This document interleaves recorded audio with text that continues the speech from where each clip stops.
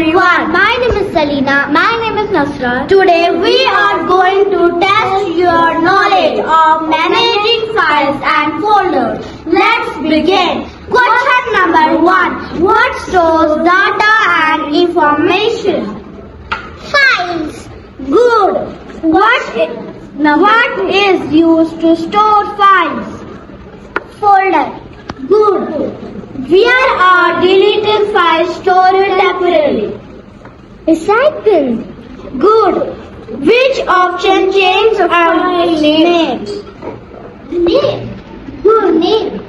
Good. What is selection of folders and files called? Directory. Good.